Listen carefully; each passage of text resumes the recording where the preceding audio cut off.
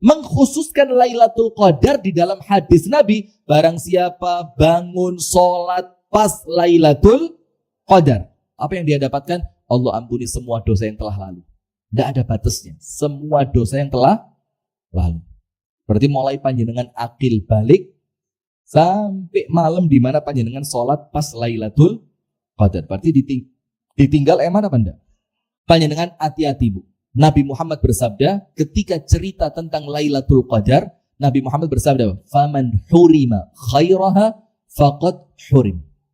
Orang yang terhalang mendapatkan Lailatul Qadar itu orang yang terhalang dari semua kebaikan. Nah, sekarang kemudian ibu-ibu sekalian, kapan Lailatul Qadar itu turunnya? Lailatul Qadar itu turun disebutkan di dalam hadis yang sahih, ya ayyuhalladzina amanu taqullaha haqqa tuqatih wa la tamutunna illa wa antum muslimun. Allahumma anta rabbi la ilaha illa anta khalaqtani wa ana 'abduka wa ana 'ala 'ahdika wa wa'dika mastata'tu. A'udzu bika min syarri ma sana'tu abu'u laka bi ni'matika 'alayya wa abu'u bi dhanbi faghfirli fa innahu la yaghfiru adh-dhunuba illa anta. أصبحنا على فطرة الإسلام وعلى كلمة الإخلاص وعلى دين نبينا محمد صلى الله عليه وسلم وعلى ملة أبينا إبراهيم حنيفا مسلما وما كان من المشركين أما بعد. اللهم إنا نسألك علما نافعا ورزقا طيبا وعملا صالحا متقبلا آمين يا رب العالمين. Hadirin sekalian, ibu-ibu dan bapak-bapak, jamaah apa namanya? Istiqomah. Yang semoga panjenengan senantiasa oleh Allah diberikan keistiqomahan. Amin. Hari ini tidak pakai dress code ya? Dress code apa barcode? Atau QRIS? Alhamdulillah. Kita bersyukur kepada Allah di pagi hari ini. Allah pertemukan kita dalam majelis yang mulia ini dalam rangka mengisi bulan Ramadan dengan talabul ilmi. Di mana ibu-ibu sekalian, ilmu itu adalah sesuatu yang paling penting untuk keselamatan dunia sampai akhirat. Tidak mungkin seseorang itu akan selamat kalau dia tidak punya ilmu. Tidak mungkin orang itu mengerti mana yang hak dan mana yang batil kalau dia tidak punya ilmu. Dia tidak akan faham apa-apa yang menjadikan Allah senang dan Allah ridho, dan apa-apa yang menjadikan Allah murka dan Allah marah kepadanya. Nah, maka tentu dengan semua itu Imam Ahmad mengatakan ilmu itu adalah afdhalul ibadat. Tulis. Qala al-Imam Ahmad anna al-ilma min afdhalil ibadat. Ya, sudah. Kemudian Imam Ahmad mengatakan ilmu adalah seutama-utamanya ibadah atau ibadah yang paling utama. Karena tidak mungkin seorang hamba itu akan melakukan ibadah ketika dia tidak punya ilmu. Maka itulah Imam Bukhari mengatakan di dalam kitab Sahih Al-Bukhari, Babu al-ilmi qabla al-qawli wal-amal. Ada satu bab khusus yang dituliskan oleh Al-Imam Al-Bukhari, bab berilmu sebelum berbicara dan beramal. Bab berilmu sebelum berbicara dan beramal. Maka ketika Ramadan semacam ini kita isi dengan talabul ilmi, maka artinya kita sedang mengisi Ramadan dengan utama-utamanya ibadah. Kita sedang mengisi Ramadan dengan ibadah yang paling utama. Semoga Allah Ta'ala mencatatkan semua ibadah kita diterima, doa-doa kita diijabah, dosa-dosa kita oleh Allah diampuni. Amin. Salawat beriring salam semoga tercurahkan kepada uswah kita, suri tauladan kita, kekasih kita bersama, Nabi besar, Nabi agung, An-Nabi Muhammad sallallahu alaihi wasallam, beserta seluruh keluarganya, beserta seluruh istrinya, beserta seluruh sahabatnya, dan seluruh di antara umat dan pengikutnya yang setia menjalankan sunnah dan ajarannya ila yaumil qiyamah. Keberkahan Ramadan ada 5. Keberkahan Ramadan ada 5. Yang 3 khusus, yang 2 umum. Keberkahan bulan Ramadan. Anda tulis. Anda dengerin aja Bu, enak ya. Nanti kalau mau nulis, cek aja di Star Nur Media ini. Karena kalau panjenengan nulis sambil dengerin, nggak konsentrasi ya. Panjenengan dengerin dulu, nanti kalau ada yang perlu ditulis, kita tulis bareng-bareng ya. Baik, kalau berbicara tentang barokahnya Ramadan itu terkumpul dalam 5 perkara. Yang 3 itu khusus untuk Ramadan, yang 2 umum. Nah nanti kita bisa.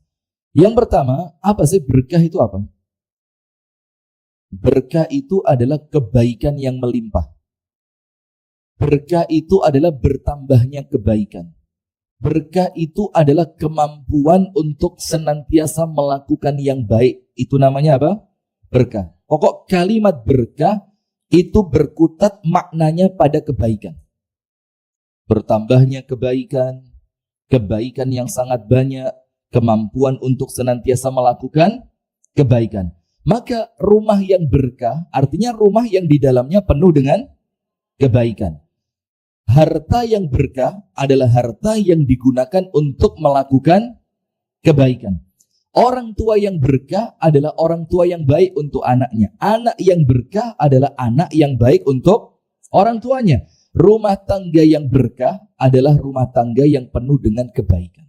Paham sampai sini adik-adik? Masa saya panggil mbah-mbah? Iya kan? Paham. Oh kakak, banyak mau dipanggil kakak. Masih gaul juga ya? Masya Allah. Jadi kayak saya melayani pelanggan Shopee aja. Alamatnya sudah benar ya kakak? Gitu ya. Masya Allah. Sudah. Nah maka berkah itu artinya kebaikan yang sangat banyak, berlimpahnya kebaikan. Dan Ramadan Bu, tidak mungkin tidak kecuali kita bilang berkah. Wes Ramadan itu pasti berkahnya. Masjid yang biasa sepi, tambah sepi. Enggak ya? Yang biasa sepi jadi rame. Berkah apa enggak? Berkah. Yang biasa enggak baca Quran, baca. Berkah apa enggak? Berkah. Yang biasa enggak pernah puasa, puasa. Berkah apa enggak? Berkah. Yang biasa rodok medit, masuk bulan Ramadan langsung loman. Berkah apa enggak? Berkah. Yang enggak pernah tahajud, tiba-tiba sholat tahajud atau tarawih, ya kan? Kemudian yang ketika setahun full tidak pernah kunjung orang tua, akhir Ramadan mudik. Ketika mudik bawa apa? Istri baru, bawa oleh-oleh, bawa hadiah, bawa uang. Itulah bentuk-bentuk keberkahan bulan Ramadan. Nah sekarang keberkahan Ramadan yang pertama adalah keberkahan bulannya. Keberkahan apa? Bulannya. Memang bulan ini oleh Allah ditetapkan bulan yang barokah. Maka subhanallah Bu, di bulan Ramadan ini Masya Allah, semua kebaikan itu terasa lebih ringan dibanding pada bulan yang lain. Maka kalau panjenengan mau menyamakan Ramadan dengan bulan yang lain, ya mustahil. Oh itu kemarin Ramadan, kenapa bisa? Sekarang di luar Ramadan, kenapa tidak bisa? Ya mesti. Kalau bisa seperti Ramadan, ya malah ajaib. Nggak bisa. Tapi yang penting itu ojo jombat kenemenan. Misalkan Ramadan bisa khatam 1 bulan 3 kali, ya di luar Ramadan minimal lah khatam 1 kali. Atau minimal lah kalau tidak bisa sekali pun ya khatam, punya progres lah untuk khataman. Kalau di bulan Ramadan terawihnya, qiyamul lailnya 11 rakaat, yo di luar Ramadan tetap terawih walaupun mungkin cuma witir saja, walaupun mungkin cuma 7 rakaat. Itulah kemudian keberkahan Ramadan yang tidak mungkin diraih di luar bulan Ramadan. Nah, maka Rasulullah bersabda ketika memberitahukan kepada para sahabatnya, "Atakum Ramadan syahrun mubarak." Datang kepada kalian bulan Ramadan, yang bulan ini bulan apa? Mubarak, penuh dengan keberkahan. Berarti barokah yang pertama, barokahnya apa? Bulannya. Barokah yang kedua, barokah makan sahur. Ada ibu-ibu lucu. Ya apa ya? Aku iki lek sahur banyu putih tok. Saulan bermak, tapi kok tambah lemu. Berkah luar biasa ya. Iya, yang diceritakan sama dia sahurnya. Dia lali buka ping 3. Adzan maghrib buka, mulai terawih buka, kate turu. Yang Anda ceritain sahur, ya mesti ae banyu putih tok. Anda lupa buka ping 3. Adzan maghrib pecel, pulang terawih sego goreng, kate turu ngemil bakso. Lah apa minta kurus, Bu? Iya. Nah, sudah. Maka yang kedua, keberkahan makan sahur. Rasulullah bersabda apa? Tasahharu fa inna fis sahuri barakah. Makan sahurlah kalian, karena di dalam makan sahur itu terdapat keberkahan. Nah, artinya berkah itu apa? Lah, di dalam makan sahur itu loh.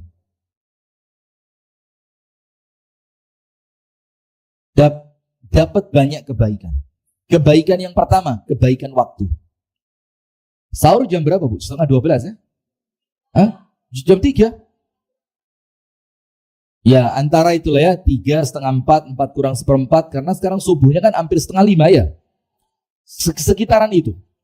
Dan waktu tersebut, itu kalau dibagi secara malam, itu masuk sepertiga malam yang keberapa? Yang terakhir. Sepertiga malam yang terakhir, waktunya berkah apa enggak? Top apa enggak? Siapa yang berdoa diijabah, siapa yang minta diberi, siapa yang mohon ampun diampuni. Allah Ta'ala turun ke langit dunia. Nomor 1, keberkahan waktu. Nomor 2, keberkahan doa. Berapa? Iya, keberkahan makan sahur. Apa keberkahan makan sahur itu? Yang pertama, berkah waktunya. Yang kedua, innallaha wa malaikatahu yusalluna malepret. Innallaha wa malaikatahu yusalluna alal mutasahhirin. Ini bukan ayat, ini hadis. Kalau ayat, innallaha wa malaikatahu yusalluna alan nabi ya ayyuhalladzina amanu. Tapi bukan itu. Ini hadis yang mengatakan innallaha, sesungguhnya Allah, wa malaikatahu, dan para malaikatnya, yusalluna, mengucapkan salawat kepada siapa? Alal mutasahhirin, kepada orang yang makan sahur. Hadisnya sahih. Pertanyaan, apa artinya salawatnya Allah kepada orang yang makan sahur? Yang bisa jawab dapat hadiah. Mana hadiahnya? Sudah siap? Ayo, salawatnya Allah kepada orang yang makan sahur apa?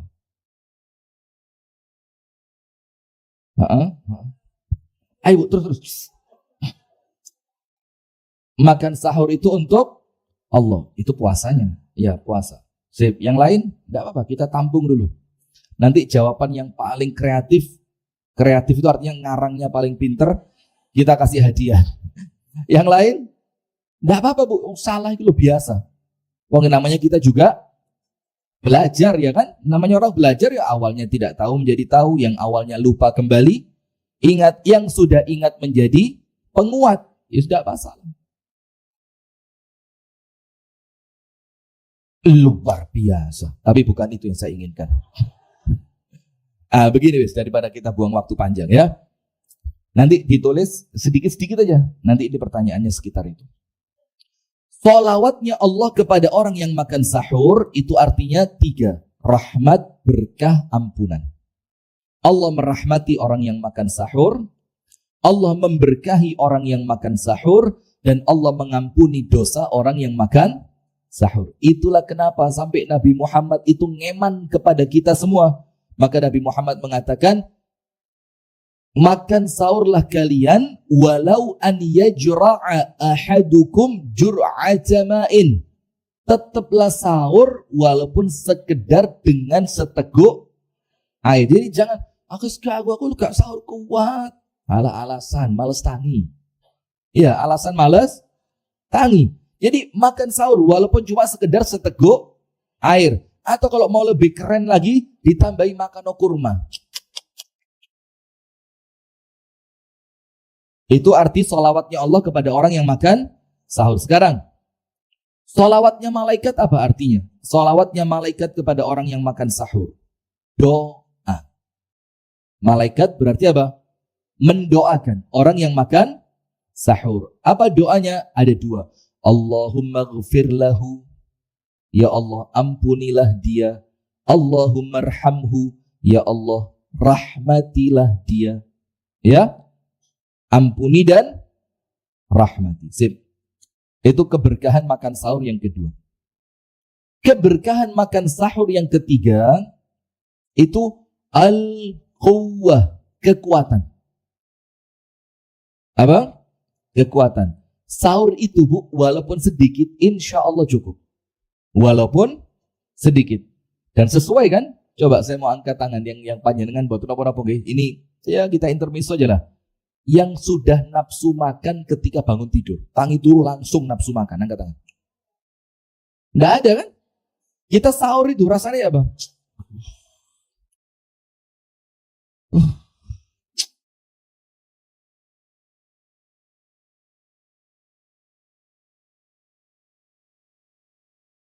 Iya, ngantuk kan? Apalagi anak-anak kita yang masih kecil. Bek lunggu dek kursi bek gini.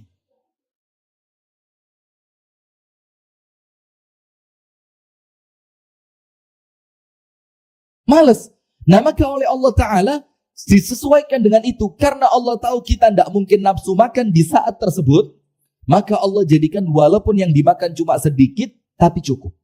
Walaupun yang dimakan cuma sedikit tapi cukup. Nah itulah makna barokah. Sedikit tapi mencukupi. Betul apa enggak? Sip. Sekarang keberkahan secara urutan yang ketiga. Berkahnya bulan, berkahnya makan sahur. Sekarang barokahnya yang ketiga. Keberkahan apa materi kita sekarang? Lailatul Qadar. Enggak saya ceritakan sekarang karena itu nanti. Nah, ini tiga barokahnya Ramadan yang khusus dimiliki bulan Ramadan. Nah, ketambahan dua.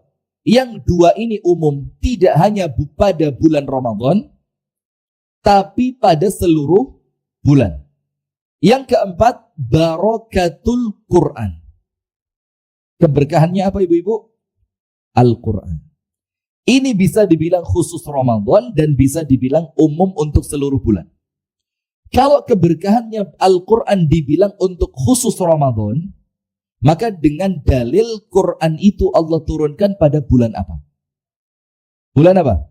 Ramadan. Syahrul Ramadan alladzi unzila fihil Quran. Bulan Ramadan ini Allah pilih untuk bulan Allah menurunkan Al-Quran. Nah sekarang pertanyaannya. Di tempat kita nuzulul Quran itu tanggal berapa? Luar biasa. 17 Ramadan. Maka setiap 17 Ramadan banyak di masjid-masjid memperingati malam nuzulul Quran. Sekarang kita cek Al-Quran. Allah Ta'ala berfirman, Inna anzalnahu fi laylatil. Kami turunkan Al-Quran itu pada Lailatul Qadar. Dalam ayat yang lain dikatakan, Inna anzalnahu fi laylatim mubarakah. Kami turunkan Al-Quran itu pada Lailatul Qadar yang penuh berkah. 17 sudah masuk Lailatul Qadar atau belum? Saya ulang pertanyaannya ya. Di tempat kita Bu, Lailatul Qadar tanggal Lailatul Qadar. Di tempat kita Bu, nuzulul Quran tanggal berapa? Tuh, yakin? Mulai beralasan. Di sini tidak pernah mengadakan kok. Tanggal berapa? 17.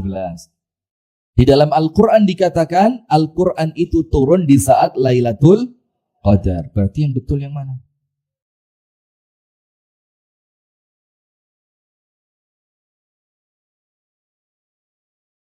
Mana? Yang jawab yang mana? Iya, terus. Ini salah berdiri nih. Ayo, Lailatul Qadar turunnya Quran dari Lauhul Mahfuz ke langit dunia. Terus, lu ngadep saya Bu, jangan sembunyi. Iya, bertanggung jawab Anda. Kalau 17, coba bener haji dengan Bu. Saya sudah siap dalam hati tadi, kisah jawab pakai hadiah haji. Kenapa? Lo mau tahun ini boleh, 300 lawi. Itu kalau kurs dolarnya di angka 16.000 lah. Astagfirullah, promosi. Baik begini, panjenengan betul Bu, barakallahu fiik. Jadi turunnya Al-Quran itu memang 2 kali. Jadi dua-duanya betul. 17 Ramadan betul, Lailatul Qadar juga betul. 17 Ramadan itu turunnya Al-Quran pertama kali kepada Nabi Muhammad melalui malaikat Jibril di Gua Jepang. Gua Hiro, iya. Keliru saya, ya Allah. Di Gua Hiro. Sementara yang Lailatul Qadar itu turunnya Al-Quran 30 juz secara utuh. Dari Al-Lauhul Mahfuz turunnya ke langit dunia yang namanya Baitul Izzah. Apa namanya? Baitul Izzah. Nah, nanti dari langit dunia ini diturunkan perlahan sedikit demi sedikit sesuai dengan pertanyaan, sesuai dengan keadaan, sesuai dengan asbabun nuzul. Kepada siapa? Nabi Muhammad melalui malaikat Jibril, yang itu awal turunnya yang menjadikan Nabi Muhammad diangkat menjadi Nabi dan Rasul pada tanggal 17 Ramadan. Berarti yang betul 17 apa Lailatul Qadar? Dua-duanya. Baik. Sudah?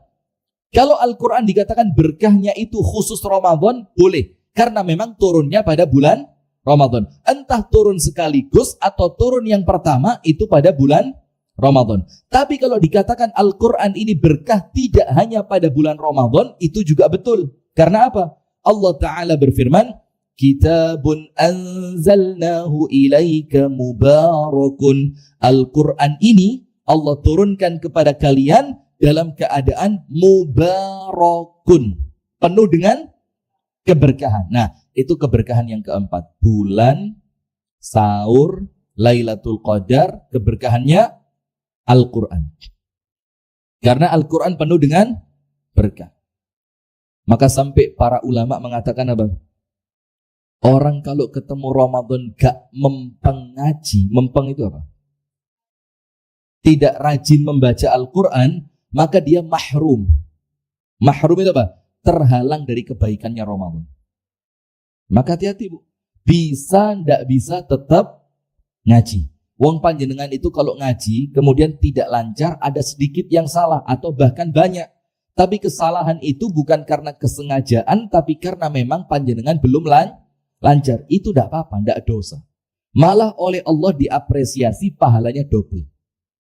Pahalanya double. Nah, sekarang yang terakhir, keberkahan yang kelima, yaitu keberkahan waktu pagi. Keberkahan apa? Waktu pagi. Sebagaimana Rasulullah SAW bersabda, Allahumma barik li ummati fi bukuriha. Ya Allah, berkahilah umatku di waktu pagi mereka. Nah, pagi di sini maksudnya apa? Setelah subuh. Maka orang kalau setelah subuh tidur, berkahnya hilang. Berkahnya hilang. Maka seharian itu dia jauh dari kebaikan. Maka jaga habis subuh ojo turu. Izul mana Izul? Zul? Nggak ikut Izul? Oh kuliah? Ya. Izul, hati-hati Izul. Ingetin Izul ya. Nggak boleh tidur ba'da subuh. Sip. Itu berapa keberkahan? 5.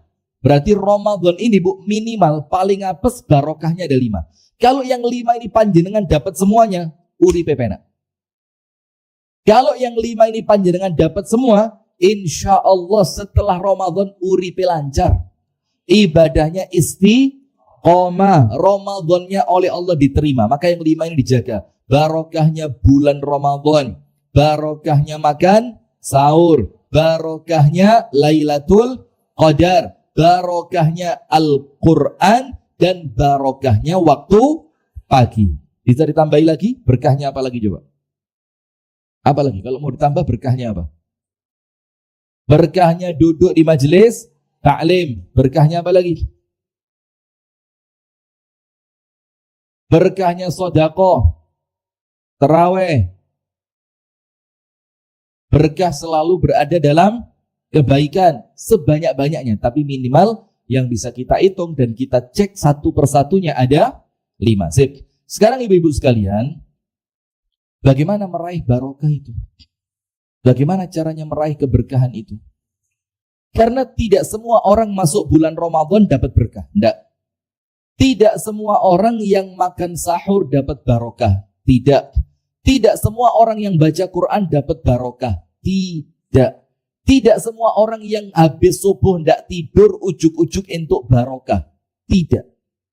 Maka syarat orang itu mendapatkan keberkahan di setiap kegiatan, waktu, dan amalannya, syarat minimalnya ada 3. Syarat minimal meraih keberkahan. Nomor 1. An-niyatu as-salihatu.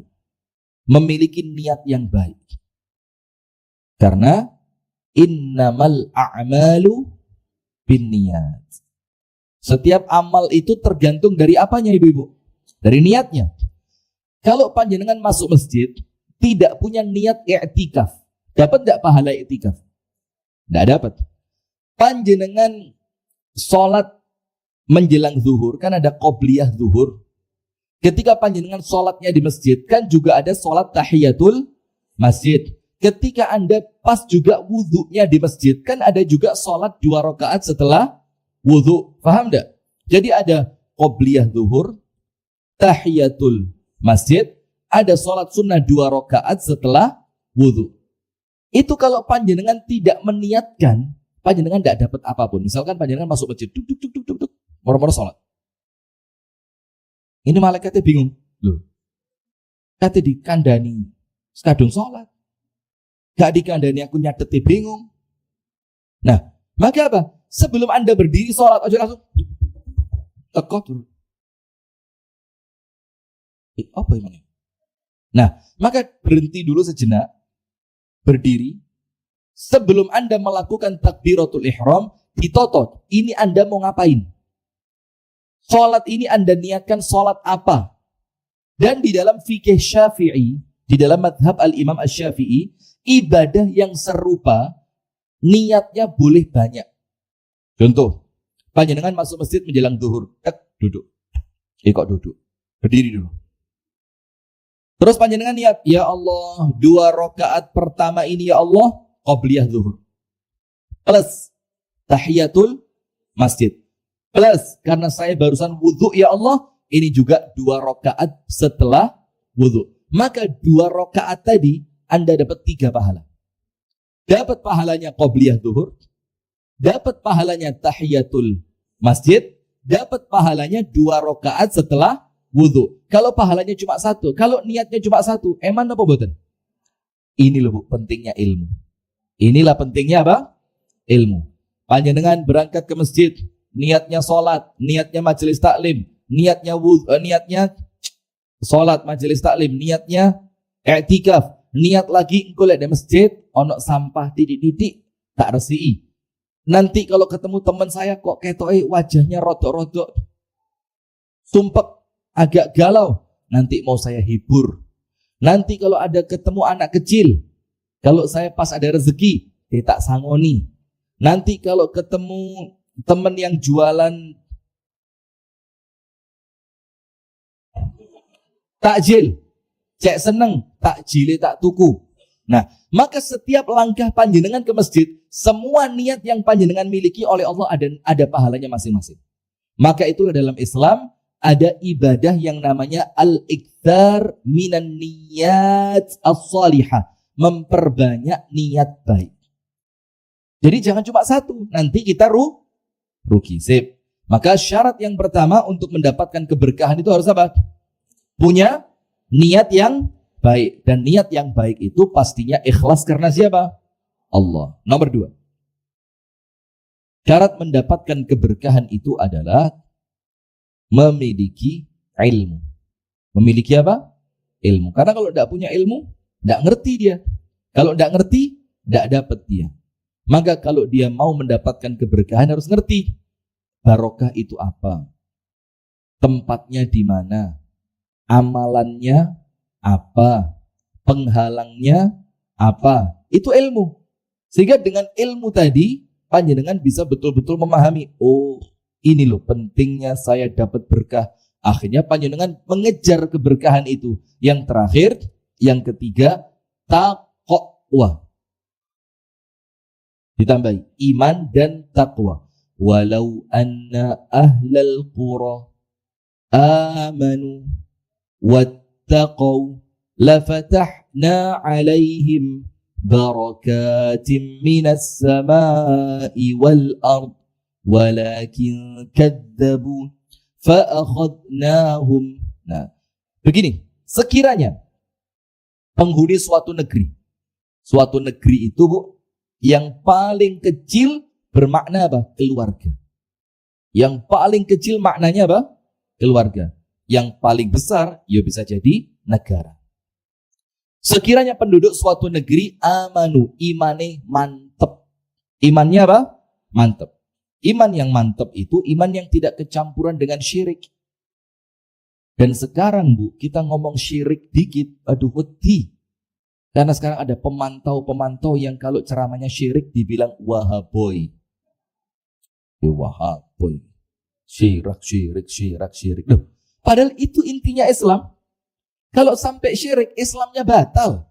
Loh, terus kenapa kita tidak mengingatkan jamaah untuk menghindari kesyirikan? Walau asyrakta la yahbatanna amaluk wa la takunanna minal khasirin. Allah mengingatkan kita, kalau sampai kamu syirik, la yahbatanna amaluk, amalmu terhapus.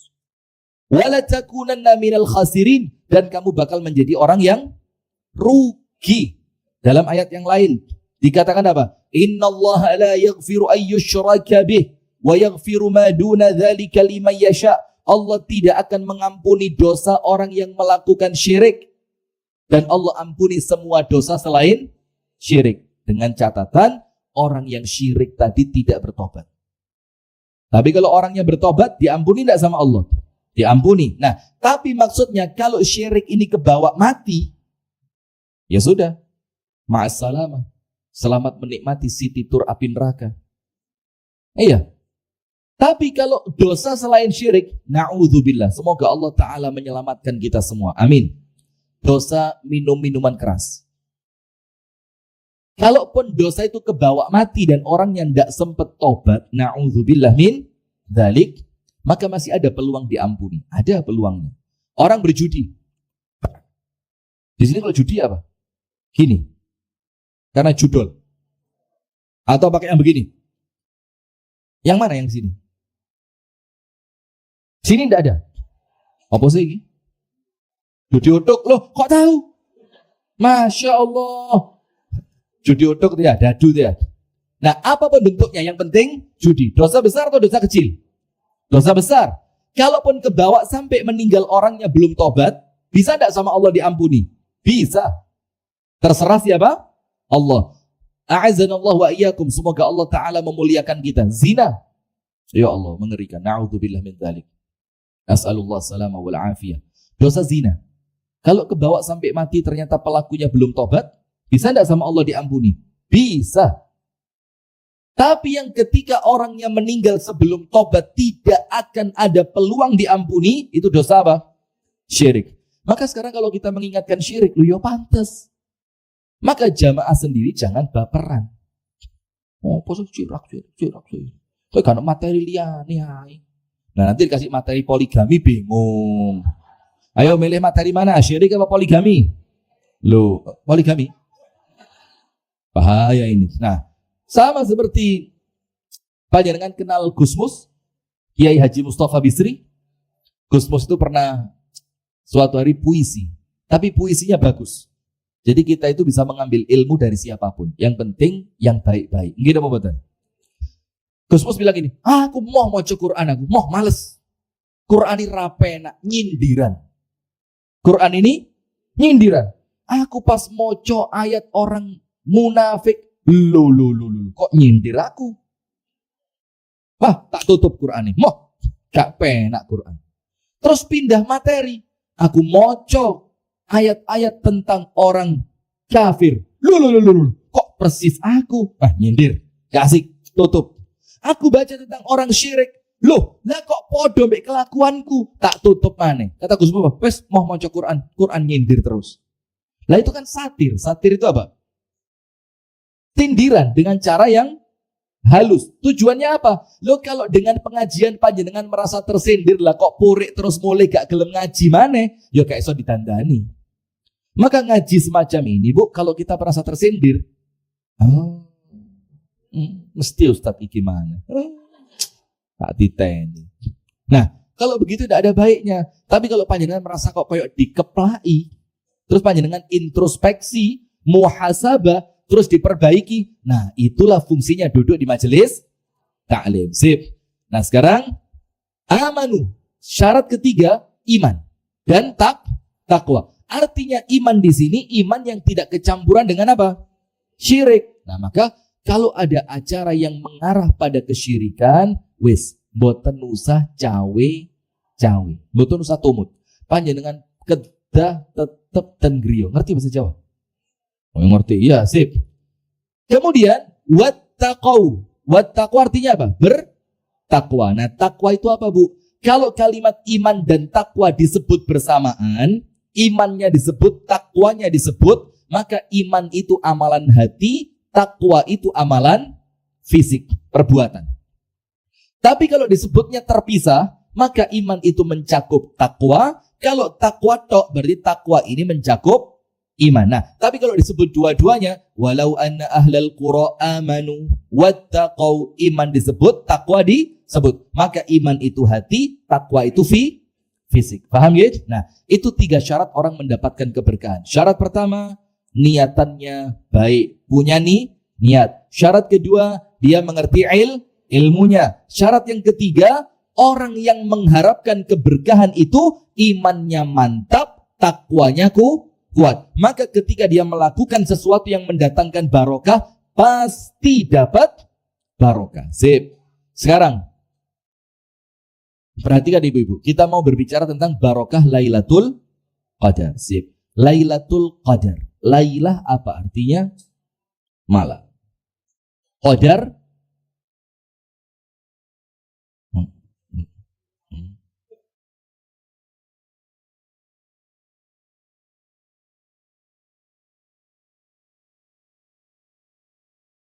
coba, saya kasih waktu 1/4 jam. Panjenengan sing mantep, ketetapan apa takdir apa coba yang mantep, setengah jam. Begini. Laila artinya malam. Qadar artinya 3. Qadar artinya 3. Ya sudah. Malam ketiga. Panjenengan dia bisa saja malam ketiga. Qadar artinya ada 3 arti. Arti yang pertama, qadar itu ketetapan atau takdir. Karena Allah mencatatkan takdir tahunan itu pas Lailatul Qadar. Itulah kenapa salah seorang sahabat Nabi, Abdullah ibnu Abbas, kalau Lailatul Qadar, atau kan kita tidak tahu ya tanggalnya berapa kan? Kalau ada yang tahu bagi-bagilah Bu, masuk medit. Tanggal berapa kira-kira?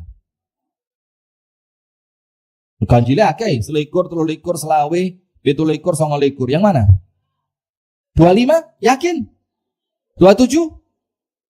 Kata Imam Nawawi apa? Annaha tantaqilu min sanatin ila sanah. Lailatul Qadar itu kata Imam Nawawi, malamnya pindah-pindah tiap tahun. Wow. Malamnya apa? Pindah-pindah tiap tahun. Begini. Maka Abdullah bin Abbas ketika Lailatul Qadar doanya apa? Begini. Allahumma. Enggak usah tulis. Angel bahasa Arab ini angel. Panjenengan bahasa Indonesianya aja. Kenapa saya pakai bahasa Arabnya? Cek ketor oleh Ustaz. Ya. Allahumma in katabtani minal ashqiya famhuhali waktubni minas su'ada. Ya Allah, apabila di dalam catatan takdirmu aku tercatat di kelompoknya orang-orang yang celaka, tolong dibuse ya Allah. Dan catatkan aku pada kelompok orang-orang yang bakal bahagia. Terus sengsara, celaka itu macam-macam. Dia bisa jadi neraka, hidupnya susah, di alam kubur tersiksa, ya benda. Nah, maka kata Abdullah bin Abbas, ya Allah, ketika engkau catatkan aku di kalangan orang-orang yang sengsara, tolong dihapus ya Allah. Dan tuliskan namaku di kalangan orang-orang yang bahagia. Kenapa Abdullah bin Abbas kok minta tentang takdir pada malam itu? Diganti takdir dari yang celaka menuju bahagia. Karena Abdullah bin Abbas ngerti di saat Lailatul Qadar Allah mencatatkan takdir secara tahunan. Secara apa bu? Tahunan. Sip. Berarti makna yang pertama, malam pencatatan takdir. Kedua, sempit. Sempit. Sempit. Kenapa Lailatul Qadar dibilang sempit?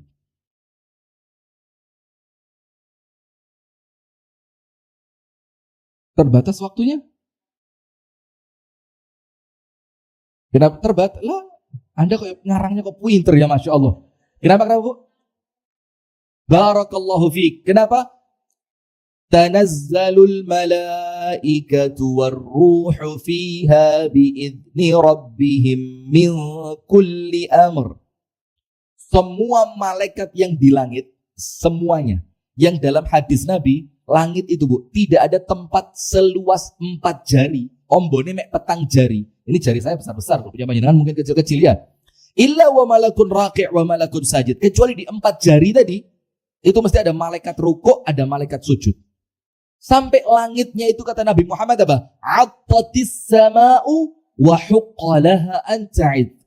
Langit itu sampai muni krenyit kayak dipan ranjang kalau ibu-ibu naik ke atasnya. Kalau bapak-bapak gak ngaruh. Kalau dipan itu yang naik bapak-bapak kayak gak sing numpak. Pancet dipan gak suarane blas gak obah blas. Tapi kalau yang naik ibu-ibu langsung dipan itu muni krenyit. Nah, itu namanya alpat. Nah, langit, kata Nabi Muhammad, langit itu juga berdenyit. Allahu Akbar. Takbir. Panjangan Allahu Akbarnya kok ngenes gitu. Allahu Akbar itu semangat bu panjangan. Allahu Akbar. Sudah, maka langit itu berdenyit. Kenapa? Karena beratnya beban malaikat yang ada di atasnya. Bukan karena malaikatnya umel-umel. Tapi karena apa? Karena banyaknya jumlah malaikat yang ada di atasnya. Itu seluruhnya oleh Allah disuruh turun. Pas Lailatul Qadar. Akhirnya jarak antara langit dan bumi itu dipenuhi oleh malaikat. Karena terlanjur penuh dengan malaikat, maka tidak tersisa ruangan, maka menjadi tempatnya yang awalnya luas menjadi sempit. Faham adik-adik? Paham kakak? Sip. Yang ketiga. Apa arti qadar? Dzu qadrin wa makanah. Memiliki kemuliaan dan kedudukan. Arti yang ketiga, qadar itu kemuliaan dan kedudukan. Kalau tadi, sempit tadi, ada ayat Qur'annya. Allah mengatakan, Allah itu yabsutur rizqa wa yaqdir. Allah yang meluaskan rezeki dan menyempitkan. Yaqdir itu artinya menyempitkan. Maka Lailatul Qadar itu malam yang sempit. Kenapa dia dibilang sempit? Karena bumi ruang antara langit dan bumi penuh terisi malaikat. Itulah kenapa suasananya itu bu enak, tenang, nyaman gitu. Bahkan yang barusan ditinggal suaminya nikah lagi pun itu sementara lupa. Tenang. Sip. Yang ketiga, malam kemuliaan. 3. Kan artinya cuma 3. Kalau 4 bid'ah yang keempat ini ya. Artinya cuma berapa? Nomor 1, malam di mana Allah menetapkan takdir. Nomor 2, malam yang berarti sempit karena penuhnya malaikat turun ke bumi. Yang keempat. Nah, 3 apa 4? Katanya 4 tadi. Saya manut aja dulu di sini. Yang ketiga, malam kemuliaan. Karena malam itu memiliki kedudukan yang luar biasa. Kenapa dibilang malam kemuliaan? Karena Lailatul Qadar itu memiliki banyak kemuliaan. Salah satunya khairun min alfi syahrin. Lebih baik, lebih utama, lebih bernilai, lebih istimewa dibandingkan 1000 bulan. Kalau pakai hitung-hitungan, berapa tahun? Sekitar 83 tahun. Kenapa Lailatul Qadar itu oleh Allah dimunculkan? Panjenengan tahu hadisnya. Suatu hari, Nabi besar Muhammad SAW dalam tanda kutip itu mengeluh. Ya bukan mengeluh ya, tapi memperjuangkan nasib umatnya di hadapan Allah Subhanahu wa ta'ala. Maka Nabi Muhammad mengatakan, ya Rabbi, al-aqwamu qabli a'maruhum tawilah. Ya Allah, umat sebelumku umur mereka itu panjang-panjang.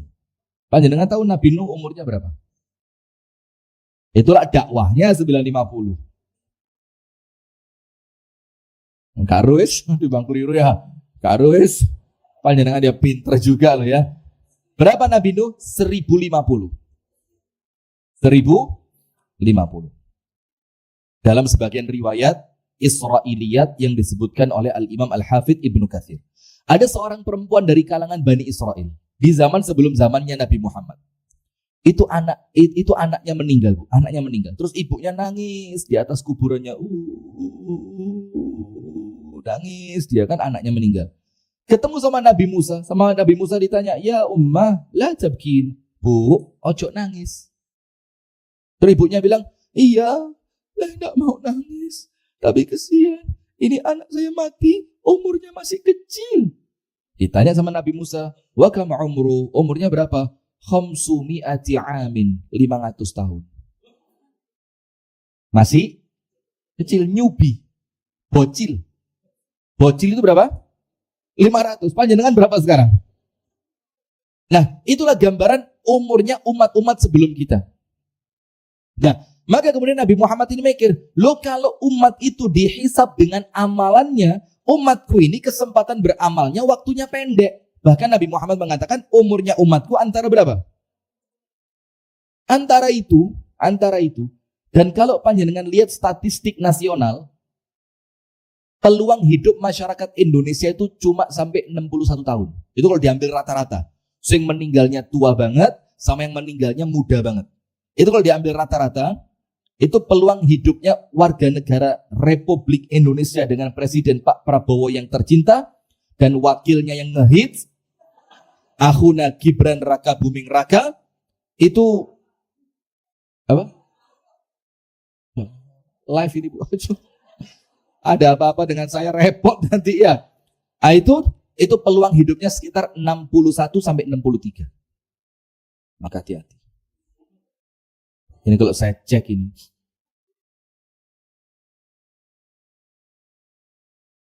Wah, rotok medeni sebelah ini.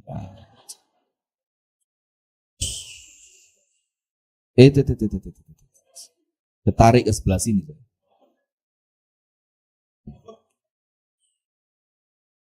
Ini akeh. Banyak ini. Sini aman semua ini. Masya Allah, sebelah sini aman semua ini. Masya Allah. 170 Pak. Saya kurang suwi Pak. 170. Subhanallah lah. Panjenengan kan gak mungkin percaya kan. Wong umur yang tahu siapa? Allah. Saya gini-gini Anda percaya Pak. Gak usah ngaji lah percaya ya. Lawang mama loreng tukang ramal ya mati gak ngerti kok ya. Kemudian ceritanya yang tukang ngeramal-ngeramal siapa namanya? Yang bukan yang ketangkep narkoba itu. Kok tahu? Korban gosip ya. Astagfirullah, tobat Mas ya, mumpung Ramadan ya, ya Allah. Sudah, maka tidak ada yang tahu Bu, jangan khawatir. Umur itu bukan karena tua ataupun sakit, tapi meninggalnya seseorang karena ajalnya sudah datang. Fa idza jaa ajaluhum la yastakhiruna sa'atan wa la yastaqdimuna. Maka Nabi Muhammad minta kepada Allah, ya Allah, kesian umatku ini, umurnya pendek. Yang dibandingkan umur umat sebelum mereka, kalau ngitung amalan, ya menang mereka. Karena mereka punya kesempatan beramal dalam waktu yang cukup panjang. Maka oleh Allah diberikanlah yang namanya Lailatul Qadar. Semalam sebanding dengan 83 tahun. Itu kalau dapatnya cuma sekali. Kalau panjenengan yang sudah puasa 40 kali, yang sekarang umurnya 55, berarti kan kemungkinan puasa sudah 40 kali. Itu pun kalau hitungannya puasanya mulai umur 15. Yo ketuaan lah ya. Wong sekarang anak saya umur 6 tahun terus maghrib kok. Panjenengan puasa umur 27? Enggak. Ada teman saya Bu, serius ini, tidak bohong saya. Mulai puasa umur 35. Iya, mu'alaf. Mu'alaf, iya. Mu'alaf. Bahkan bukan cuma puasa, sunat umur 35. Sing nyunat bingung, pakai apa ini? Sudah. Maka ibu-ibu sekalian, maka semalam ini sebanding dengan berapa? 83 tahun. Itu kalau dapatnya cuma sekali. Kalau dapatnya 40 kali, ya panjenengan kalikan 40 kali 83 berapa? Alah, matematika ini gak pinter gitu ya. Berapa? 40 kali 83. Piro? Alah, kesuwen tak buka ini kalkulator lah wes.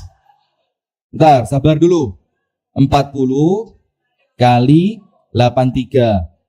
3.320. Mesti lah tuku kenyangan nih. Pinteran lek ngitung ya. 3.300. Ya sudah, Nabi Nuh kalah sama panjenengan. Wong ini 3.000 ponjul. Sementara Nabi Nuh cuma 1.050. Ibu tadi yang anaknya meninggal masih nyubi tadi, bocil tadi, umurnya berapa? 500 tahun. Kalah sama panjenengan. Panjenengan 3.000 tahun. Yo yang yakin lah, masa panjenengan tidak yakin. Insya Allah. Nah sekarang, kemudian ibu-ibu sekalian, kapan Lailatul Qadar itu turunnya? Lailatul Qadar itu turun disebutkan di dalam hadis yang sahih. Panjenengan buka dalam kitab Riyadhus Shalihin. Itu lengkap, singkat, padat. Lengkap walaupun hadisnya apa? Singkat. Dalam kitab Riyadhus Shalihin yang pertama, oleh Nabi Muhammad dikasih yang umum. Carilah pada 10 yang terakhir pada bulan Ramadan. Sip. Ternyata Nabi Muhammad ngerti. Kalau di 10 malam disuruh nyari terus, ada umatku yang gak bisa fokus 10 dino full. Kan tidak semua orang bisa iktikaf kan? Dan kita memahami Bu, ada orang yang memang beban pekerjaan. Ada yang memang dia tidak bisa meninggalkan rumahnya karena ada orang tua yang perlu dijaga. Ada anak-anak yang perlu diantar sekolah segala macam. Ya masing-masing sesuai niatan dan keadaannya masing. Nggak usah saling gelok. Oh, setahun sepisan ya raiso iktikaf. Ini kalau wong kentunyan. Enggak, karena Anda tidak tahu keadaan orang lain. Bahkan boleh jadi yang sedang kerja boleh jadi pahalanya lebih besar dibanding iktikaf. Bisa jadi. Ketika dia bekerja itu untuk kebaikannya orang banyak. Untuk orang tuanya yang sakit, untuk mertuanya mungkin yang perlu uang, untuk istrinya mungkin yang perlu sesuatu atau sedang sakit, untuk anak-anaknya. Panjenengan bisa iktikaf, alhamdulillah. Mungkin ekonomi ya wis penak, gak keributan dengan orang tua yang sudah renta, gak direpoti dengan anak yang perlu dikontrol minum obatnya, ya enggak? Maka bersyukur, jangan dikotori dengan memandang remeh orang lain. Padahal pengurus majelis taklim istiqomah. Guyon Bu. Nah sudah. Maka dengan itu Rasulullah bilang 10 terakhir. Tapi Rasul mikir 10 terakhir ini umatku nanti bingung. Dipersempit. Fil witri min ashril awakhiri min Ramadan. Ditambah sama Nabi. Wes 10 ojo digoleki kabeh. Cari pas malam-malam yang ganjil. Berarti 21, 23, 25, 27, 29. Itu pun sama Nabi dipersempit lagi. Tidak pada 21 dan 23. Rasul bilang, "Faman kana minkum mutaharriha falyataharraha fis sab'il awakhir." Siapa yang serius bener-bener golei ono ndek 7 terakhir. 7 terakhir itu berarti mulai malam berapa? 23, 25, 27, 29. Berarti 21 sudah ketundung. Betul. 23, 25, 27, 29. Kemudian ditambahi lagi. Ada sebagian sahabat ngimpi. Ini di kitab Riyadhus Shalihin, panjenengan cari hadisnya ketemu semua. Terus kemudian diceritakan sama Nabi Muhammad, "Ya Rasulullah, kami tadi malam mimpi begini. Kami nemu ini. Sudah Rasulullah bilang apa? Inni ra'aitu annahu qad tawata'at. Aku ngelihat mimpi kalian itu betul-betul terjadi. Dan itu malam berapa? 27. Itulah kenapa Al-Imam An-Nawawi mengatakan wa arja layaliha, malam yang paling diharapkan turunnya, yang paling diharapkan, karena kalau memastikan tidak ada yang tahu. Malam yang paling diharapkan pada malam itu turunnya Lailatul Qadar, itu malam yang ke as-sabi'u wal 'ishrun, 27. Nah, tapi Imam Nawawi nambahi di belakangnya wa annaha tantaqilu min sanatin ila sana. Tapi yang rojih itu apa? Pendapat yang kuat, Lailatul Qadar itu berpindah dari satu malam ke malam yang lain. Sip, berarti sekarang letaknya sudah paham nggih? Intinya di 10 malam yang terakhir. Itulah kenapa 10 malam terakhir ada syariat yang namanya syariat beriktikaf. Apa arti iktikaf? Berdiam diri di masjid. Tidak cukup sampai situ. Lah berdiam diri tok turu dadi ini. Berdiam diri di masjid dalam rangka ibadah. Maka niatkan, orang yang iktikaf itu niatkan, saya ya Allah tidak akan keluar dari masjid dalam rangka ibadah. Maka tidurnya pun bernilai ibadah. Laki boleh. Perempuan? Perempuan boleh dengan syarat. Syarat yang pertama, dia beriktikaf bersama suaminya.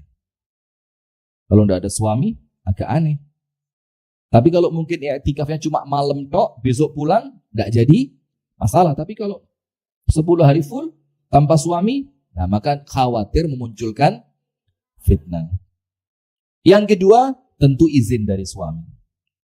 Yang ketiga, tidak ada kewajiban rumah tangga yang dia lalaikan. Karena i'tikaf hukumnya apa? Sunnah. Sementara kewajiban-kewajiban rumah tangga itu wajib. Jangan sampai yang sunnah mengalahkan yang wajib.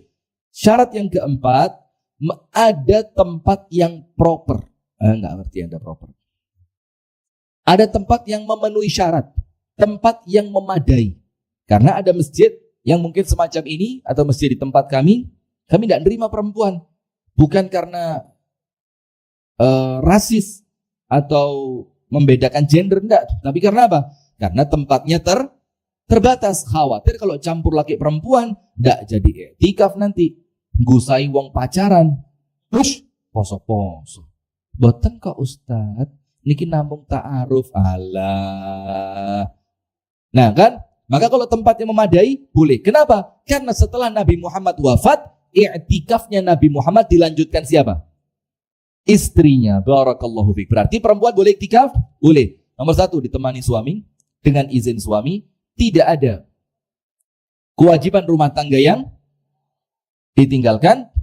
Yang keempat, tempatnya memenuhi syarat. Sip. Sekarang pertanyaan, Ustadz, kalau perempuan tidak ikut i'tikaf, apa yang dia lakukan di rumah? Ngoven kue kering. Cocok gaya jajan. Masya Allah. Gaya jajan itu ibadah loh Bu. Gaya jajan itu apa? Ibadah. Dan subhanallah, kalau sudah mulai bau kue kering di oven, itu ingat masa-masa kecil dulu. Umi saya itu senang bikin kue. Senang. Jadi sampai satu rumah itu Tidak ada yang beli kuenya. Itu kalau sudah ovennya mulai nyala,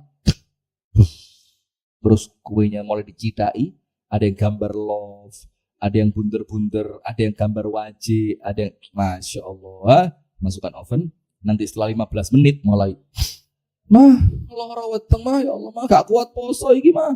Bukan karena gak kuat poso, terkena polusi udara. Kepingin, wes gak usah alasan, kata umi saya, ayo balik kamar. Aduh gak kuat mah, nyocok iki mah, aduh. Sing nyocok kudu weteng irungmu katanya. Ya, namanya orang tua pengalaman dia, mau dikadalin sama anak kecil kan. Nah sudah, untuk perempuan yang di rumah yang tidak ikut i'tikaf ada beberapa tips. Nomor 1. Kalau masuk waktu malam, malam itu mulai maghrib sampai isya. Bagus Anda memilih tempat khusus untuk Anda beribadah. Misalkan mampunya mulai jam 9, karena sebelum jam 9 masih ada anak-anak segala macam, bersihin rumah, bekas buka puasa segala macam, nyiapin bakal besok untuk sahur segala macam. Mungkin Anda bisanya jam 9, maka bagus Anda cari tempat khusus di rumah Anda yang tempat itu menurut Anda nyaman, tidak rentan gangguan, dan menjadikan Anda bisa fokus di dalam ibadah. Maka masuk ke tempat itu sampai waktu yang Anda oleh Allah dimudahkan melakukannya. Bisa jadi sampai jam 3 malam, karena kalau perempuan setelah jam 3 mesti sudah utek-utek pawon ya. Mulai klotak, klotek, jeriti anak, tangi! Wes mel sahur iki, wes mel imsak iki lho. Aduh, angel yo anake sapa iki mentang-mentang bapake gak ono. Begini. Iya. Oh lali gak duwe anak. Wah, astagfirullah. Misalkan ya kan? Nah, misalkan Anda mulai jam 9 sampai jam 3. Nah, maka dari jam 9 sampai jam 3 tadi, Bu, bukan berarti Anda gak oleh turu sama sekali. Boleh. Boleh Anda tidur. Tapi kemudian tidurnya pun diniati supaya nanti bangun ibadahnya sudah kuat. Mboten ngantuk. Maka apa amalannya? Zikir, membaca Al-Quran, berdoa, bertobat, beristighfar. Boleh zikirnya macam-macam. Boleh zikirnya itu salawat Nabi, boleh zikirnya itu la haula wala quwata illa billah. Dan jangan lupa Allahumma innaka afuun tuhib. Ditambahi karim boleh? Boleh. Karena apa? Menambahkan karim itu seperti tidak menambah apapun, karena memang itu termasuk sifatnya siapa? Allah. Tapi hadis yang Rasul ajarkan kepada Ibunda Aisyah, Allahumma innaka afuun tuhibbul afwa fa'fu anni. Itu sedikit dulu untuk perempuan yang berada di rumah. Nah sekarang ada beberapa tips untuk mendapatkan Lailatul Qadar. Nomor 1, tips untuk mendapatkan Lailatul Qadar. Nomor 1, dari sahabat Nabi Anas bin Malik, dia mengatakan apa? Man shallal isya'a fi jama'atin faqad adraka nasiban min Lailatul Qadar. Barang siapa sholat isya berjamaah. Perempuan kan boleh berjamaah kan? Boleh. Bahkan Rasulullah melarang para suami itu mencegah istrinya ke masjid. Itu sama Rasulullah dilarang. Rasulullah bilang, la tamna'u ima Allah masajidallah. Jangan kalian larang hamba Allah perempuan ini untuk datang ke rumahnya Allah. Tapi ingat, tidak melarang itu ketika tidak ada kemudorotan. Misalkan di masjid ternyata istrinya janjian sama temennya mau gosip, terus suaminya tahu, terus kata suami ojo nang masjid, istri bilang ngawur. Kalau Ustaz Rifki ngomong Rasulullah melarang suami untuk menging istrinya ke masjid. Loh, yang tidak boleh dipenging itu ke masjid. Rasan-rasan wajib dipenging. Kalau rasan-rasannya di masjid, ya ojo oleh berangkat nang. Karena sekarang masjid itu tempat yang nyaman untuk ngerasani, Bu. Loh iya, tempatnya bersih, ada AC-nya, karpeti empuk. Iya apa enggak? Loh masuk iya? Oh iya enggak. Ya mungkin 1-2 orang lah ya. Nah sekarang kata Anas bin Malik, orang yang mendapati isya berjamaah, berarti mulai malam 21 dijagani. Dijagani itu apa ya namanya ya? Diantisipasi. Mulai malam 21 sampai nanti entah 29 atau 30, jangan ketinggalan isya di masjid. Karena Anas bin Malik mengatakan orang yang sholat isya berjamaah, dia telah mendapatkan bagian dari Lailatul Qadar. Nomor 1 apa? Isya berjamaah. Nomor 2. Kalau mau lebih lengkap lagi, isya dan subuh. Karena dalam satu riwayat isya, dalam riwayat yang lain isya dan subuh. Tapi kalau subuh insya Allah lebih mudah lah ya. Karena subuh itu kan semari sahur, awak wis seger, wis gak ngantuk mana insya Allah. Oh ya? Ini agak out of the box ini. Malah ngantuk. Terserah lah ya. Saya kok katut, monggo ya. Pokoknya antara isya dan subuh. Amal yang kedua, Lailatul Qadar itu jamaah identik dengan Al-Quran. Iya apa enggak?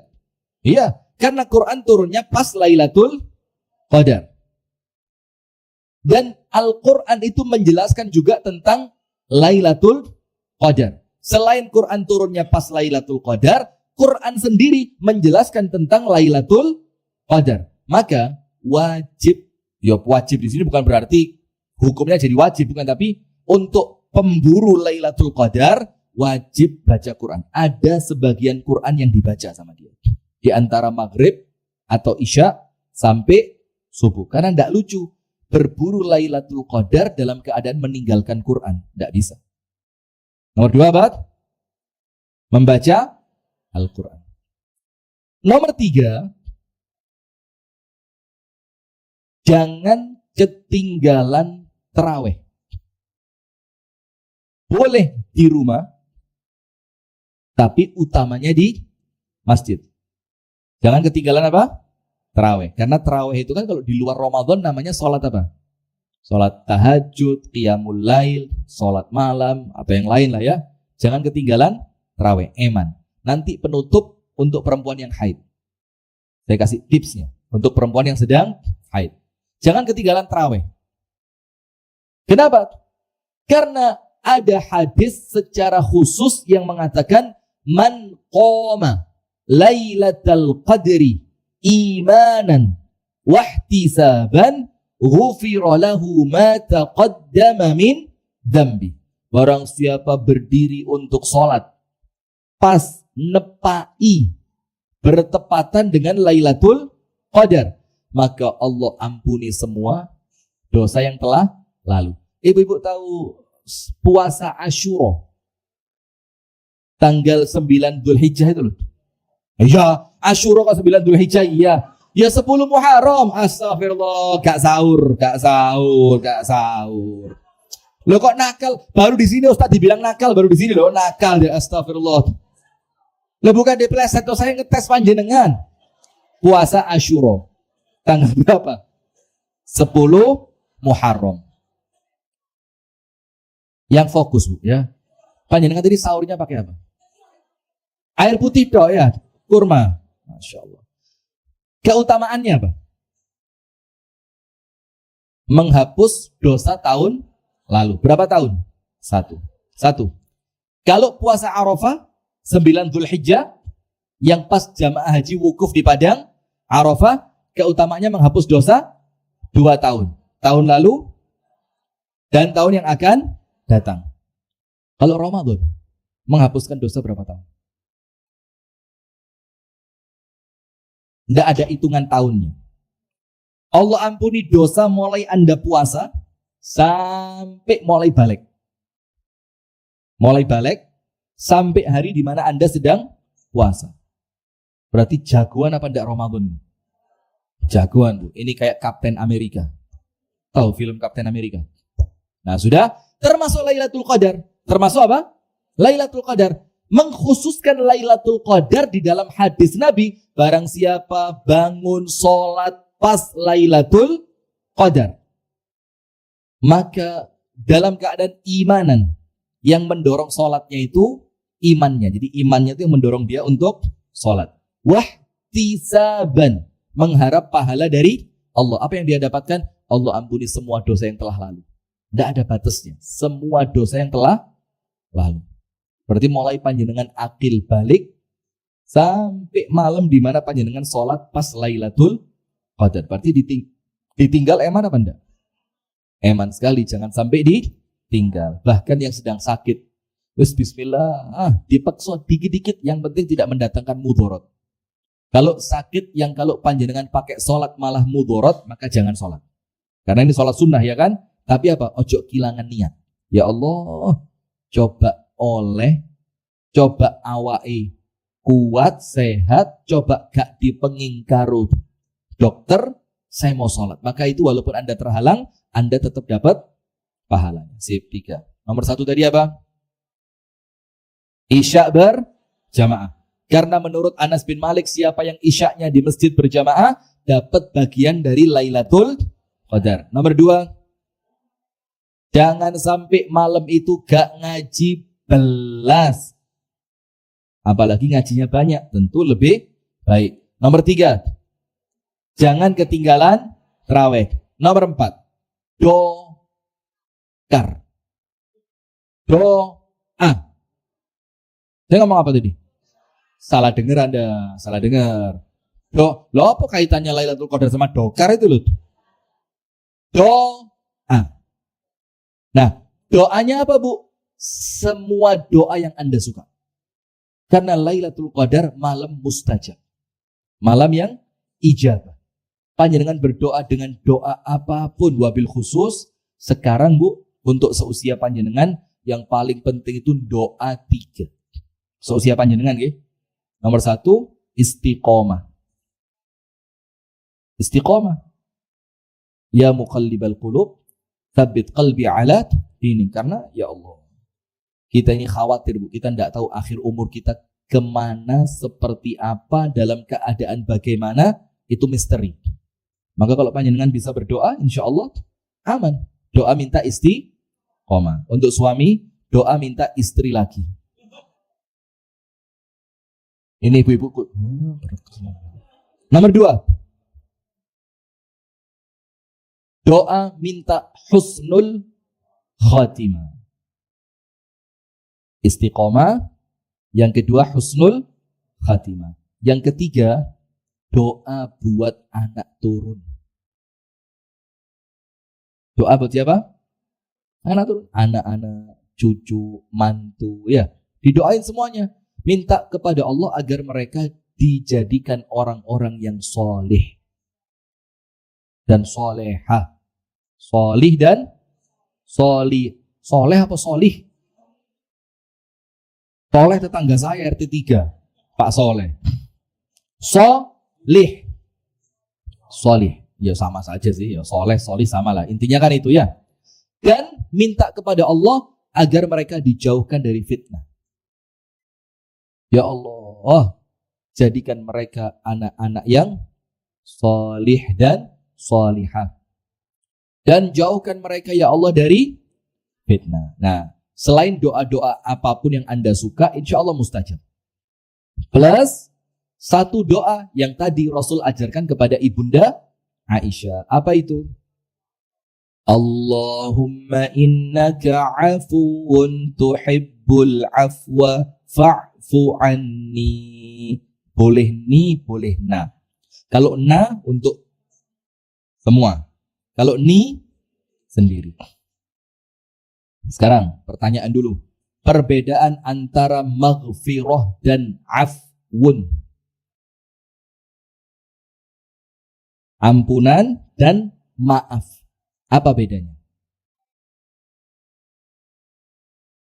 Ditutup tapi kesalahannya masih ada. Mek ketutupan tok gitu.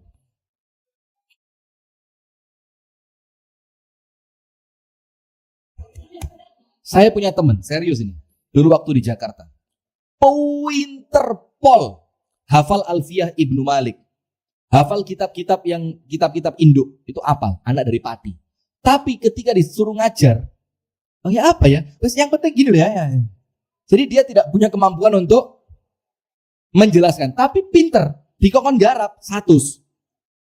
Tapi untuk menjelaskan kepada orang lain, ya apa ya? Wes pokoknya, mentoki pokoknya.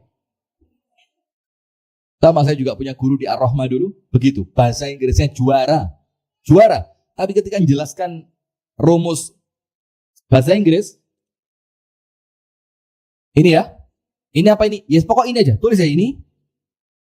Kena pokok ini ngeluh murid ya. Nah, Pak Jenengan mungkin begitu. Pak Jenengan jadi ngerti. Cuma menjelaskan itu. Coba apa bedanya maghfirah sama gini? Maghfirah, dosanya diampuni, tidak dihukum atas dosa yang dilakukan, tapi catatannya masih ada. Catatannya sih turun ke busa. Itu apa? Maghfirah. Itu yang panjenengan maksud tadi ya? Itu. Sehingga apa? Nanti di hari kiamat, orang lain masih bisa melihat, walah, tiba no tahu ngini to biyen ndek donya. Ngono gaya tok, Mbak, iku lho ketok. Nah, itu maghfirah. Walaupun hukumannya sama Allah dihilangkan, tidak ada hukuman. Cuma catatannya durung hilang. Kalau afu, tulisannya dihapus, hukumannya tetap. Loh, oh tambah nemen ini ya. Tulisannya dihapus dan tidak ada hukuman untuknya. Jadi lebih tinggi al-afwu dibanding maghfirah. Kalau maghfirah cuma apanya yang dihilangkan? Hukumannya. Tapi kalau al-afwu, hukumannya hilang, tulisannya juga hilang. Sehingga panjenengan bangkit di hari kiamat, tidak ada orang tahu panjenengan pernah melakukan dosa apa. Karena dosane wis di setip. Masih ngerti bahasa setip? Sudah dihapus. Sip. Maka ketika bulan Ramadan, itu lebih utamanya minta al-afwu. Walaupun tidak berarti kita tidak minta maghfirah, tetap minta apa? Maghfirah, tapi derajatnya lebih tinggi al-afu. Allahumma innaka afuwun tuhibbul afwa fa'fu anni. Ya Allah, sesungguhnya Engkau zat yang maha pengampun atau pemaaf, dan Engkau suka memaafkan, maka ampuni hamba. Sip, itu yang keberapa? Kok 3? 4. Itu yang ke-4. Sekarang yang ke-5. Yang keberapa? 5. Nomor 1, isya di masjid. Nomor 2, baca Al-Quran. Nomor 3, taraweh jangan ditinggal. Nomor 4, doa. Doanya apa? Sing akeh. Ibu-ibu tahu nama saya? Tahu apa? Saya bukain KTP ya. Oh, ketinggalan di mobil. Rifki Ja'far Talib. Tahu kan? Hafal semua nama saya? Viral. Masya Allah. Astagfirullah wa atubu ilaih. Tahu nama saya nggih? Amanat. Nanti pas panjenengan doa selipkan, ya Allah. Untuk yang namanya titip doa aja. Masa ya kudu bayar ya Allah, kok medit men. Ya? Ya kalau jamaah umum, jamaah saya ya Allah kabeh sing ayu, sing elek, sing lemu, sing kuru kabeh ya Allah itu masuk. Tapi kalau saya sebut ya, Ustadz, saya punya 1 orang Ustadz. Jani ya Ustadz, tapi kok ngguyok nieram. Tapi di waragudu Ustadz, tapi kok iso bahasa Arab. Nah, itu tolong ya Allah, ampuni dosanya, sehatkan badannya, istiqomahkan ibadahnya, panjangkan umurnya, kalaupun wafat dalam keadaan husnul, tambahkan istrinya.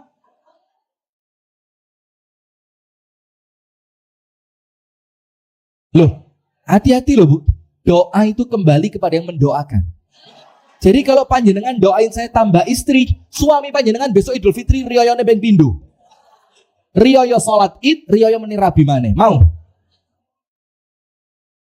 Masya Allah. Tapi Ustaz serah panjenengan lah. Apapun doanya yang penting doain saya nggih. Doa yang terbaik. Eling-eling lo ya. Amanat lo ini. Sip. Yang kelima.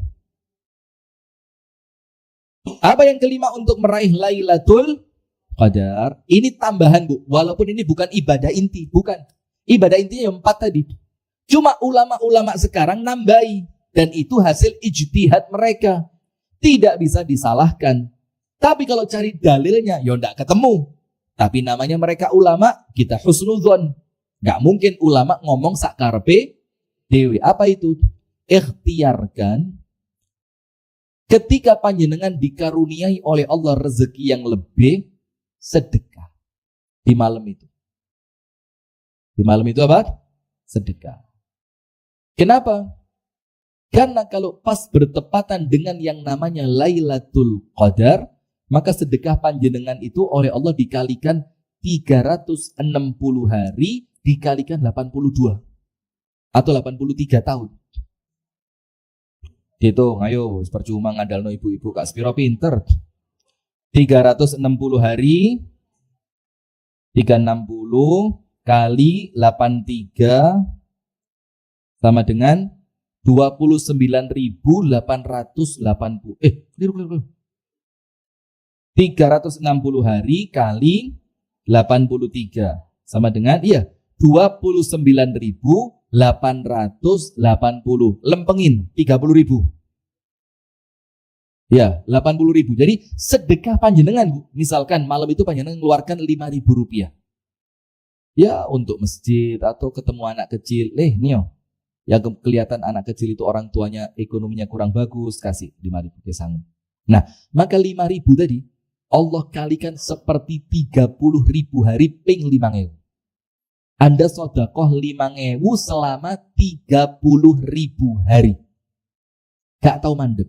Nah, itu tambahan dari para ulama. Ada lagi tambahan satu. Apa itu? Membaca surat Al-Qadr. Sama. Ini juga ucapan para ulama. Kalau cari dalilnya, Anda buka Kutubus Sittah sampai Kutubut Tis'ah, atau panjenengan buka Quran mulai Al-Fatihah sampai An-Nas, enggak ketemu Lailatul Qadar baca surat Al-Qadar, enggak ketemu. Tapi kemudian ini ucapannya para ulama, tujuannya apa? Agar kita istish'ar. Agar apa? Istish'ar. Sip, baca surat Al-Qadar. Anda enggak tanya istish'ar itu apa? Istish'ar itu cek kroso. Istish'ar itu merasakan. Dengan membaca surat Al-Qadr. Inna anzalnahu fi laylatil qadr. Wa ma adraka ma laylatul qadr. Laylatul qadri khairum min alfi syahr. Tanazzalul malaikatu warruhu fiha biidzni rabbihim min kulli amr. Salamun hiya hatta matla'il fajr. Sip, selesai. Sekarang tambahan untuk perempuan yang sedang halangan. Panjenengan tulis. Yang disepakati oleh para ulama, yang disepakati oleh para ulama, perkara yang dilarang untuk perempuan haid. Jadi perkara yang dilarang dilakukan perempuan yang haid, yang ulama itu apa? Sepakat. Jadi sepakat gak oleh. Gak ada celah untuk boleh. Jadi ulamanya sepakat tidak boleh dilakukan oleh perempuan yang sedang haid. Ada berapa? 1. Tawaf. Di MUG. Tawaf ya Ka'bah lah, Bu. Tawaf di Ka'bah. Dilarang dilakukan perempuan yang sedang haid. Dan ulama sepakat. Tidak ada. Oh, kalau Hambali boleh. Tidak ada itu. Nomor 2. Puasa. Sepakat. Tidak ada. Oh, dalam fikih yang ini boleh. Orang mungkin ketemu. Tidak akan ketemu. Karena ulama sepakat. Perempuan yang sedang haid, termasuk dikiaskan nifas, tidak boleh puasa. Nomor 3. Sholat. Aku kepingin sholat. Hatiku lagi gak sholat, iki kemerungsuk, ketemu suamiku tuh merekes terus, ya Allah. Kepingin sholat, tetap tidak boleh. Bahkan kalau Anda maksa, dosa. Yang terakhir, maaf jima. Hubungan suami istri. Masa nggak ngerti. Tapi maksudnya, maaf ini Ramadan ya, kita tidak berusaha ngomong yang jelek, tapi ini ilmu memasukkan kemaluan suami pada kemaluan istri. Kalau selain memasukkan, masih ada peluang boleh. Ya enggak? Nah, ini yang ulama sepakat tuh. Panjenengan tahu dulu, pokok perempuan yang haid, sepakatnya ulama 4 yang tidak boleh dilakukan. Tawaf, puasa, sholat, jima. Ulang.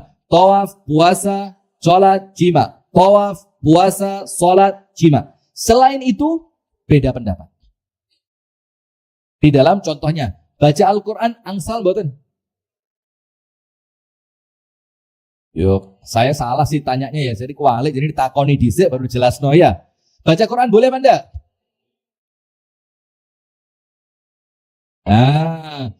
Kalau fikih Syafi'i mutlak haram.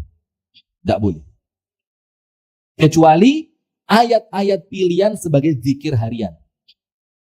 Mau pegang, mau enggak pegang, enggak boleh. Dalam fikih Syafi'i. Tapi Maliki dan Hambali boleh. Karena tidak ada larangan perempuan yang haid untuk membaca Al-Quran. Hukum yang awalnya boleh, tidak bisa menjadi dilarang kecuali dengan dalil. Sementara tidak ketemu dalilnya. Oh, itu ada ayat Quran. La yamassuhu illal mutahharun. Itu dijelaskan oleh para ulama. Kalimat tidak boleh menyentuhnya kecuali orang-orang yang disucikan. Itu maksudnya bukan manusia tapi para malaikat. Maksudnya bukan haid tapi muslim. Bukan orang kafir. Kenapa? Karena orang kafir itu najis. Orang kafir itu najis. Sip. Baca Quran beda pendapat. Duduk di masjid. Loh, saya tidak tanya takutnya mengotori, saya tidak tanya itu. Boleh apa enggak? Terjadi perbedaan pendapat di kalangan para ulama. Dalam fikih Syafi'i tidak boleh. Karena masjid itu tempat ibadah, maka perempuan yang sedang haid mereka itu dalam tanda kutip kotor, maka tidak pantas masuk ke tempat ibadah. Tapi selain Syafi'i membolehkan dengan syarat dia yakin bahwa darah haidnya tidak akan mengotori masjid. Kemudian lagi ngajar Quran. Ya namanya khilaf ya. Ada yang boleh, ada yang tidak boleh. Nasib. Berarti sekarang untuk perempuan yang haid, apa yang mereka lakukan untuk mendapatkan Lailatul Qadar? Cuma 4 ini tok yang Anda tinggalkan. Selain itu Anda lakukan. Untuk perempuan yang haid, cuma Anda tidak bisa sholat. Tawaf ya gak mungkin lah. Oh gak umroh kok ya. Atau ada yang mau umroh akhir Ramadan? Ada yang mau umroh? Udah ada yang mau? Oh ya Allah. Nah, tadi tanya ada yang mau meneng kabeh. Tidak ada yang mau. Mau. Susah be ibu-ibu ini memang. Jadi pola pikirnya beda. Frekuensi itu kita FM, mereka AM. Jadi mau diputer sampai berapa kali pun gak ketemu iki FM ki AM. Ini tok jang. Ibu-ibu gak pernah salah dan susah dimengerti loh. Jangankan kita para suami, Pak. Mereka sendiri, Pak, gak ngerti kok. Aku gimana lapo sih ya Allah. Loh jangankan mereka sendiri gak ngerti. Ibu-ibu itu kalau marah, wah, suami tanya, kamu kenapa marah? Istri bilang, jangan tanya. Wah, aku aja gak tahu kok. Subhanallah, itulah hebatnya perempuan. Masya Allah. Itulah kenapa ya, memang laki-laki itu Allah takdirkan setelah nikah kuru-kuru. Ya karena itu tadi ya, Masya Allah. Dan makanya insya Allah panjenengan semua Pak ahli surga Pak. Insya Allah. Ibu-ibu juga ahli surga. Tapi setelah suami. Jadi suami masuk duluan, sudah ketemu bidadari ratusan, baru panjenengan dari belakang kayak kumus-kumus kesel. Na'udzubillah min. Insya Allah masuk surganya bareng-bareng semua. Amin. Sudah. Berarti untuk perempuan yang sedang haid, apa yang dilakukan? Ingat, Anda kalau yakin boleh baca Quran, misalkan Anda ikut mazhabnya Imam Ahmad, silahkan baca Quran. Anda boleh berzikir, Anda boleh berdoa, Anda boleh memperbanyak sholawat kepada Nabi Muhammad, Anda boleh beristighfar, Anda boleh bertobat. Tapi satu yang ingin saya sampaikan untuk panjenengan yang sedang haid, ngeladeni orang yang i'tikaf. Oh, kenapa? Begini, makan sahur satu rumah, ibu-ibu yang masak, ibu-ibu yang laden ngerti? Yang apa? Menyiapkan, ya. Naruh di meja makan, disiapkan piringnya, mangkoknya, sendoknya, gelasnya, semua lengkap. Kemudian bapaknya baru dibangunin, siap baru, Pak, sahur Pak. Sahur. Sudah bangun. Anak-anak dibangunin, nak, sahur.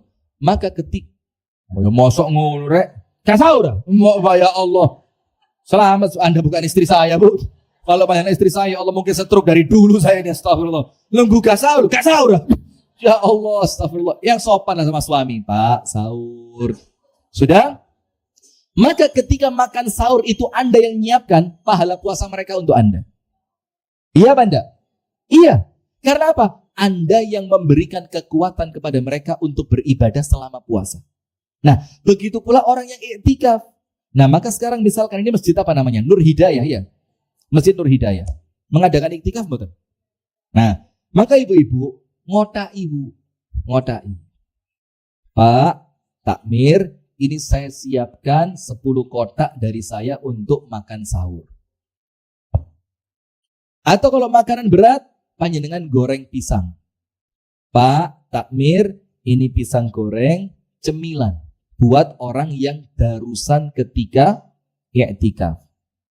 Atau kalau tidak bisa, air. Pak takmir, ini saya bawakan air untuk ngerujuk yang tidak bangun sahur.